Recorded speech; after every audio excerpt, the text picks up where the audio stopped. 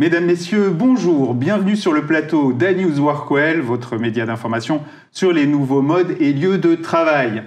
Dans ce numéro de l'émission Face aux assauts, je suis très heureux d'accueillir la présidente de l'AIPB, l'Association des industriels de la papeterie et du bureau. On verra que du coup c'est bien plus large que la papeterie, Stéphanie Verrier. Stéphanie, bonjour. Bonjour Lionel. Bienvenue, merci d'avoir accepté notre invitation.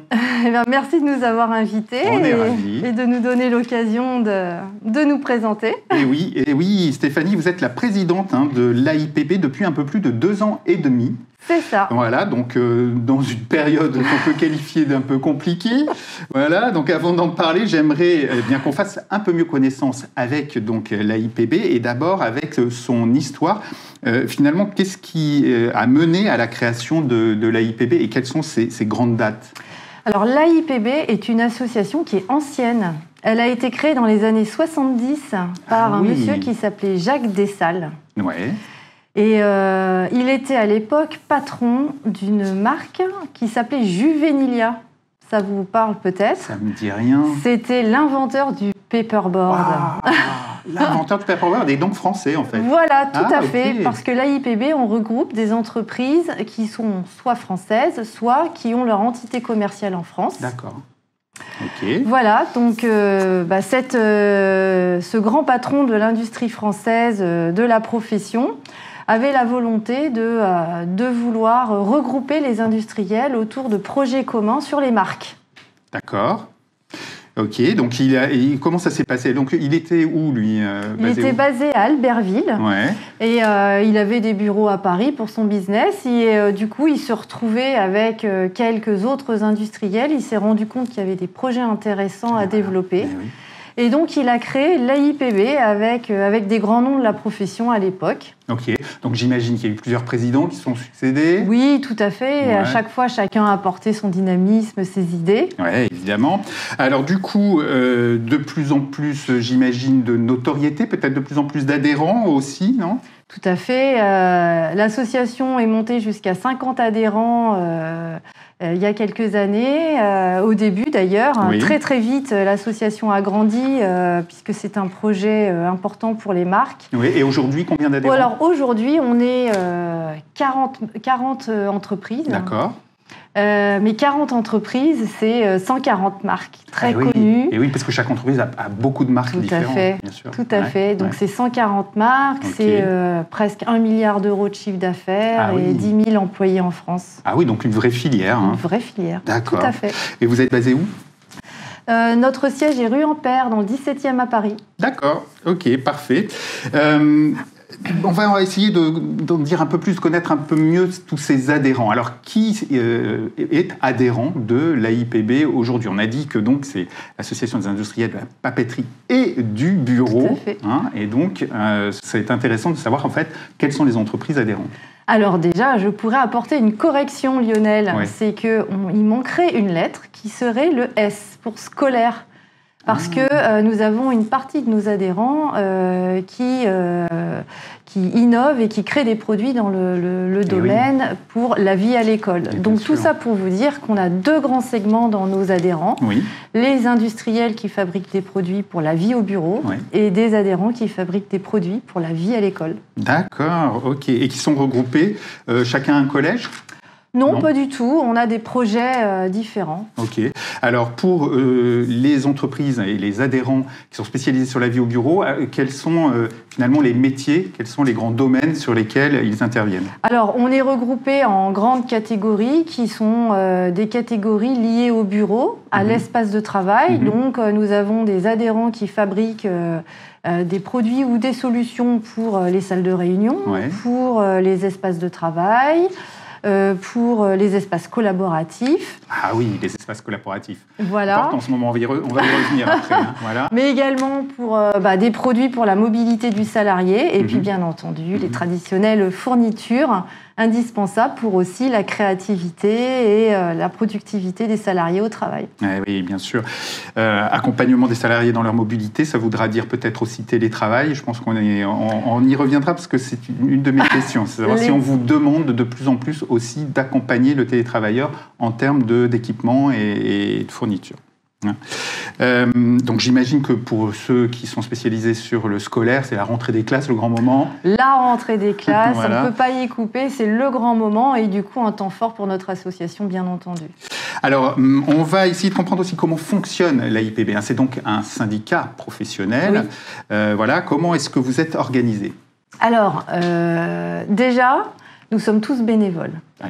C'est important. Donc c'est important parce que le dynamisme vient aussi de l'implication et de la motivation de chacun à vouloir développer, aller de l'avant dans notre filière et notre profession pour tous. Ah oui. Ça, c'est une première chose. À ce titre, du coup, on fonctionne avec un organe très restreint qui s'appelle le bureau, qui est l'organisation fonctionnelle de l'association. On est 8 entreprises, représentants d'entreprises, autour d'un président, et on travaille en mode projet. D'accord. Donc, président, vice-président, j'imagine, et puis le fameux trésorier qui est obligatoire dans une association. Inévitable. On ne l'oublie pas. Voilà. Un conseil d'administration qui vous épaule? Alors tout à fait. Le conseil d'administration est un nombre plus large d'adhérents et c'est eux qui votent les projets qu'on leur soumet, qui sont déjà très avancés, très aboutis, et qui, bien entendu, qui votent les budgets. Eh bien, très bien. Donc les mandats des présidents? Oui, alors ça c'est intéressant peut-être à préciser dans notre association, c'est que pour garder toujours un dynamisme et apporter des idées neuves, le président de l'association est élu pour 2 ans, renouvelable une fois. Voilà. Il y a des débats en ce moment dans d'autres sphères. Et donc, voilà, on pourrait s'en inspirer. 2 ans renouvelables une seule fois, donc 4 ans maximum. Tout à fait. Voilà, très bien. Alors, on va s'intéresser maintenant aux grandes missions de l'AIPB. Quelles sont ces grandes missions? Je crois que vous avez 2 grandes missions principales. Tout à fait. Les 2 missions de l'AIPB sont d'abord la promotion des industriels et de leurs marques. Bien sûr. Et la deuxième mission, c'est favoriser les échanges interprofessionnels, puisque nous sommes 40 adhérents, sur le marché de la papeterie, fourniture de bureaux, équipement des bureaux. Et donc, nous sommes dans des expertises différentes. Oui, donc, favoriser ces échanges pour avoir plus de créativité entre nous également. Oui, évidemment. Alors, sur la partie promotion... qu'est-ce que vous faites? Est-ce que c'est être plus présent dans les médias, par exemple? Alors, sur la partie promotion des marques, il y a un événement incontournable, c'est l'aspect B2C, dirons-nous, la rentrée des classes, où là, nous sommes extrêmement actifs à travers une campagne RP qui couvre les mois de mai à septembre et qui se clôture par une grande conférence de presse qui est devenue très attendue des médias, des grands médias nationaux, régionaux ou professionnels. Qu'est-ce qu'il s'agit de mettre en avant là, lors de cette période, en fait? Toutes les innovations de la rentrée des classes, mais on en profite également pour donner nos analyses à la presse et également analyser les grandes tendances de la rentrée des classes de l'année. Compris. OK. Alors, vous communiquez évidemment auprès des utilisateurs. Je lisais que vous communiquez beaucoup sur la valeur d'usage maintenant des produits. Expliquez-moi. Alors, la valeur d'usage, c'est un point très important pour l'AIPB. Nous voulons valoriser l'usage d'un produit, c'est-à-dire la garantie qu'un utilisateur aura en achetant une marque, un produit de marque, d'avoir une durabilité, une solidité, une valeur attendue, qui peut être aussi une valeur écologique ou de recyclabilité ou de rechargeabilité, pour un prix. Et ça, pour nous, c'est important, et c'est justement la mission et le cœur de l'AIPB de valoriser ces marques des industriels et donc la valeur d'usage de nos produits. Important aussi la durabilité, surtout que vous êtes des industriels, donc vous êtes vraiment en première loge mais on va y revenir pour parler de durabilité. Alors, vous avez aussi un certain nombre d'événements pour justement aussi développer le deuxième axe de votre action qui est le développement des échanges interprofessionnels. Quelques exemples d'événements que vous organisez? Alors, ils sont de 2 ordres. Les événements qui sont des services à nos adhérents, pour leur apporter de l'information, qui sont sous forme de webinaires ou de réunions en plénière, où nous avons des intervenants sur des sujets divers et variés, des tendances de fond, des mutations dont on parlera probablement ici, oui. Mais aussi des sujets juridiques ou d'ordre managériaux, RH, cybersécurité, bref, c'est très très large. D'accord. Mais on a aussi un grand événement qui sont les rencontres, qui sont organisées tous les 2 ans, où là, nous abordons des sujets de fond. En l'occurrence, cette année, l'événement a eu lieu le 31 mars dernier. Ah. On avait plus de 200 personnes. Ah, donc là, on est en pleine actualité. Ah là là, oui, oui. Où ça ? C'était au Quai Branly, à Paris. Musée du Quai Branly, ouais. Très bien. Et donc, le sujet, c'était les jeunes, le digital, l'humain dans l'entreprise pour innover demain. Jeunes, digital, humain dans l'entreprise. Très bien. Un point particulier avec les jeunes, justement, dans la filière ? Et oui, tout à fait. Il faut qu'on arrive à intégrer les jeunes dans nos entreprises pour pouvoir créer la valeur de demain. C'est eux qui seront porteurs des innovations de demain, qui sont porteurs des nouvelles façons de travailler aussi. Et ce sujet qui nous touche à la fois pour nos entreprises, mais aussi pour nos produits, ce sont des sujets des entreprises en général dans toutes les industries. Est-ce que, comme dans d'autres filières, on a pas mal de filières dans l'environnement de travail qui sont en tension au niveau du recrutement et qui ont du mal à attirer les plus jeunes, est-ce que c'est aussi un sujet pour votre filière ? C'est aussi un sujet pour notre filière, tout à fait, et c'est justement un des thèmes que nous aborderons avec nos adhérents dans un mois.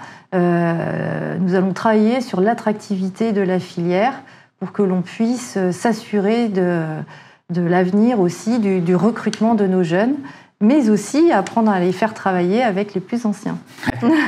Très bien. Alors, je le disais en introduction, vous présidez depuis 2 ans, un peu plus de 2 ans et demi maintenant, cette association. Un mot sur la manière dont la filière a traversé cette période compliquée, quand même, pour beaucoup d'industriels, pour beaucoup d'entreprises en général. Oui, alors effectivement, j'oserais dire, un peu mitigé. Déjà, tout d'abord, c'est un marché en légère décroissance. D'accord. On est en décroissance d'à peu près 1,6% en chiffres, en valeur, mais l'année 2020 était une année extrêmement porteuse, avec une croissance de 4% par rapport à 2019. 2020 ? C'était exceptionnel. Ah oui. Voilà. Comment on l'explique ? Alors, ça a été porté par 2 facteurs, l'école à la maison et le bureau à la maison. Donc, une transformation extrêmement rapide par le confinement qui a nécessité un équipement extrêmement rapide et donc nos produits étaient sollicités et demandés. Donc, pour vous, paradoxalement ou globalement, la période n'a pas été mauvaise en termes de business. Non, tout à fait. Au contraire. De manière générale, j'oserais dire, bien entendu, certains industriels ont été plus impactés que d'autres, mais de manière générale, la filière a quand même bien traversé. Tout à fait. À part que peut-être elle est aussi touchée par les mutations en cours. Nous sommes en plein dedans, oui.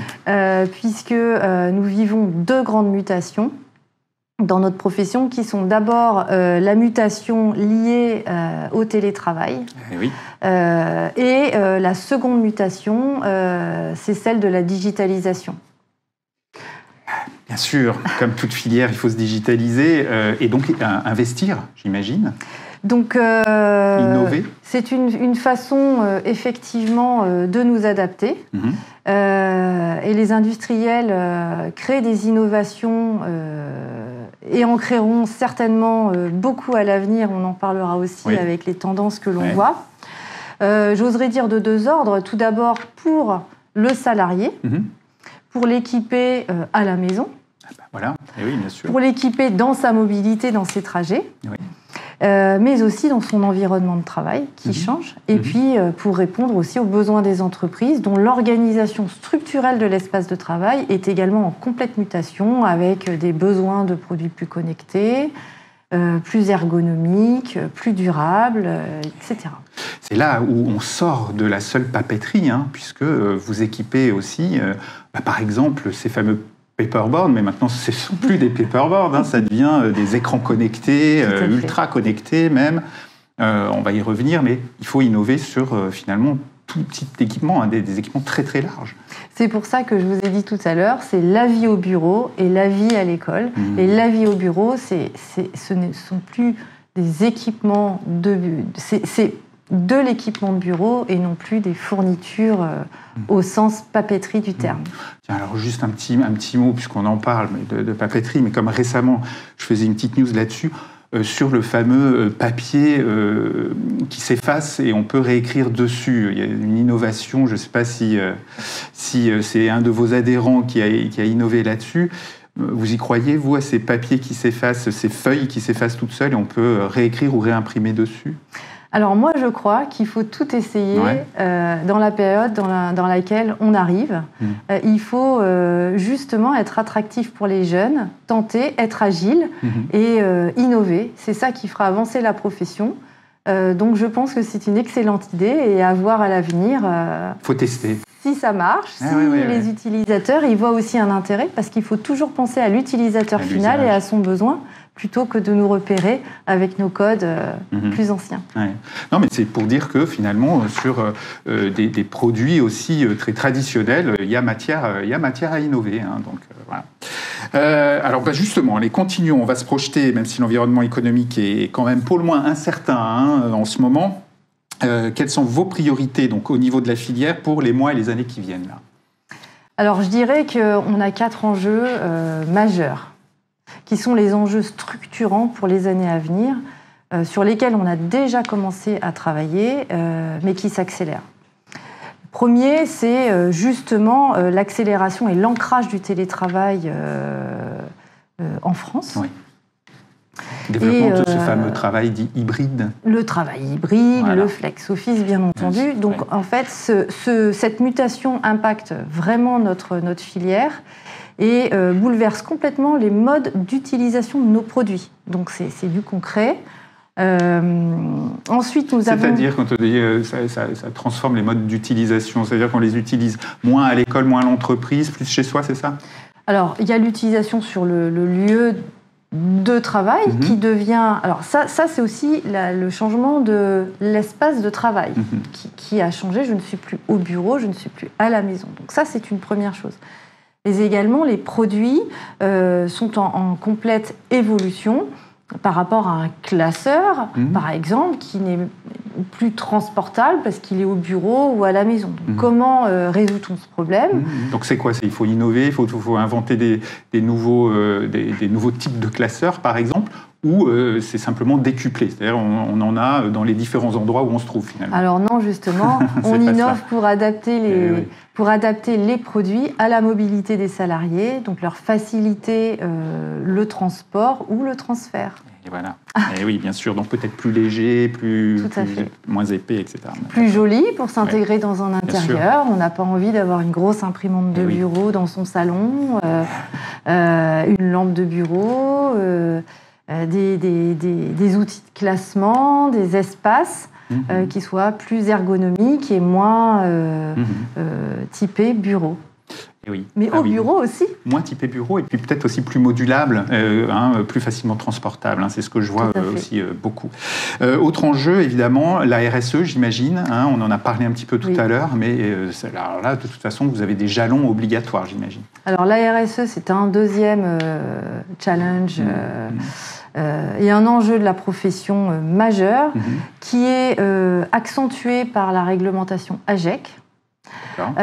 Et qui impacte complètement les industriels, mais aussi les utilisateurs finaux, puisque les enjeux concernent vraiment toute la filière jusqu'à l'utilisateur qui a besoin des informations et comment aussi doit-il recevoir les informations des industriels dont il a besoin pour assurer sa politique d'achat ou la sécurité de ses salariés et le respect des normes législatives à venir. Et donc là, ça veut dire quoi ? Ça veut dire aller mieux contrôler les sous-traitants, s'engager dans l'économie circulaire. Est-ce qu'il va falloir aussi aller récupérer des équipements pour les recycler, les réhabiliter ? Alors, c'est tous les enjeux sur lesquels les industriels travaillent, sur ces questions qui sont de deux ordres, qui sont de l'ordre de l'innovation produit, donc des produits plus éco-conçus, avec des matières recyclées, avec une empreinte carbone réduite, avec un emballage, bien entendu, carton et plus de plastique. Donc ça, c'est la conception du produit. Le deuxième enjeu, c'est également de travailler sur l'utilisation qui est faite du produit. La rechargeabilité, la durabilité, la solidité du produit, son cycle de vie. Donc tout à fait, ce sont les questions sur ces deux axes sur lesquels on travaille. Alors du coup, vous accompagnez, j'imagine, vos adhérents sur tous ces sujets, sur ces enjeux. Comment vous les accompagnez d'ailleurs ? Alors justement, dans le cadre de nos réunions et de nos webinaires, selon les périodes et les sujets, nous essayons de les sensibiliser sur ces grands enjeux actuels mais à venir de la profession. Et également... Alors vous êtes les industriels, donc vous avez aussi, bien sûr vous avez les clients utilisateurs finaux, mais entre les deux vous avez aussi des distributeurs. Donc il faut vous adresser à tout le monde, c'est ça ? Exactement. Exactement. Donc nous avons une communication auprès des distributeurs et des utilisateurs. Mais justement, ce qui est important pour nous, c'est de bien pouvoir communiquer auprès des utilisateurs ces innovations produits qui répondent aux besoins et aux attentes des salariés, mais aussi des entreprises d'aujourd'hui et encore plus demain. Oui. Alors, comment est-ce que vous observez justement ce qui est en train de se passer là autour de ce fameux travail hybride qui se met en place ? Quelle réflexion est-ce que ça suscite ? Est-ce que vous travaillez dessus au sein de la filière ? Alors, on travaille énormément sur ce sujet parce que c'est une mutation de notre profession. Donc, on prend en compte ce sujet du télétravail, mais aussi le corollaire qui est le flex office. Et on travaille sur ces deux pans pour apporter des innovations produits qui répondront aux attentes à la fois des salariés et des entreprises pour qu'ils puissent organiser le travail. Ce qui est intéressant aujourd'hui, c'est que la mutation est telle dans toute la filière, mais jusqu'à l'utilisateur final, jusqu'à l'entreprise finale, que dans certaines entreprises, la réorganisation du travail dans l'entreprise est le deuxième poste de dépense après la masse salariale. Pour se réorganiser, c'est ça ? Tout à fait. En réinvestir. C'est pourquoi, par exemple, c'est à travers des équipements, à travers des aménagements, à travers des formations, c'est ça ? C'est des équipements, c'est des aménagements. Ça peut être des réorganisations complètes de locaux, des déménagements, des constructions de nouveaux bâtiments, repensés de manière plus moderne, plus adaptée au flex office, au télétravail, à la sécurité au travail, des salariés. C'est vous qui le ressentez, c'est les chiffres que vous avez de la profession, c'est finalement le marché qui vous renvoie ce besoin, c'est ça ? Tout à fait, nous avons des adhérents qui sont experts dans ce domaine-là et qui sont en contact de manière importante avec ces grands utilisateurs. Et ça prouve que toute cette filière est en complète mutation. Donc on est dedans, on vit ce changement tous ensemble. C'est magnifique. Non, mais c'est là qu'on voit à quel point, en vérité, les industriels et puis finalement les utilisateurs, les directions de l'environnement de travail, sont complètement partenaires dans cette affaire de l'évolution des modes d'organisation du travail. Alors j'imagine que vous suivez aussi un petit peu l'aspiration des plus jeunes générations. On a commencé à en parler un peu tout à l'heure. Alors, il y a toujours débat sur est-ce que les jeunes attendent des choses différentes que les générations précédentes. Certains disent pas tant que ça, mais dans les faits, si quand même. Alors les jeunes révolutionnent la perception du travail. Et pour nous, c'est aussi un sujet d'observation et pour prendre en compte ces attentes. parce que les jeunes vont, de notre point de vue, apporter une autre vision du travail, de l'espace de travail, de la perception du travail et de son espace de travail. En quoi ? Qu'est-ce qui, à votre avis, est le plus différent ou évolue le plus ? Alors, pour les jeunes, ils veulent un équilibre entre la vie privée et la vie professionnelle. Ah oui, clairement. Et ce qui va se passer, c'est que forcément, comme dans nos entreprises, nous avons des jeunes et des plus anciens, ce nouveau mode de considération du travail, cette nouvelle perception, cette nouvelle aspiration à un équilibre de vie va forcément être contagieux aux plus anciens aussi, et du coup va impacter les entreprises à l'avenir de manière encore plus forte qu'elle ne l'est aujourd'hui. Ah oui. Est-ce que aussi le fonctionnement un peu start-up, parce que vous disiez que finalement il faut innover de plus en plus, peut-être aussi de plus en plus vite pour accompagner toutes les entreprises. Moi, me disent qu'on leur demande, y compris dans l'immobilier, ce qui est quand même pas simple dans l'immobilier, d'aller de plus en plus vite dans l'agilité. Est-ce que vous vous en inspirez, vous aussi, finalement, dans vos modes de production ? Tout à fait. Les start-up sont un exemple qui bouleverse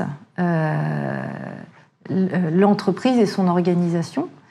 Et on étudie ces modes de fonctionnement parce qu'elles sont extrêmement agiles et leur modèle est extrêmement efficace.